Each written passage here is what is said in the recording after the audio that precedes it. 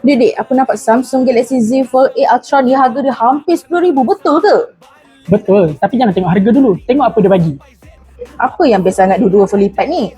Kedua-dua model Samsung Galaxy Z Fold 8 dengan Z Fold 8 Ultra menggunakan chip Snapdragon 8 Elite Gen 5 for Galaxy.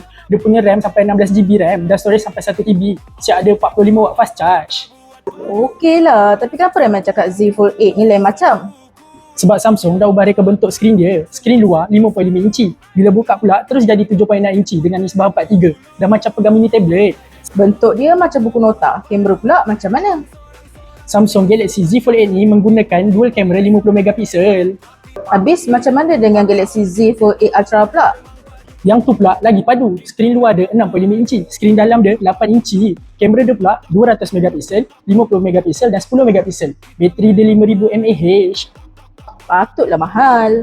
Lagi satu, kedua-dua phone ni terus datang dengan Android 17 dengan One UI 9. Siap ada macam-macam ciri AI baru. Tapi 10,000 tu memang buat aku terfikir.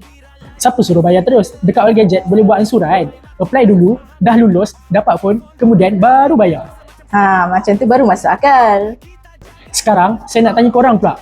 Kalau korang diberi pilihan, korang nak Samsung Galaxy Z Fold 8 atau korang nak terus belasah Samsung Galaxy Z Fold 8 Ultra?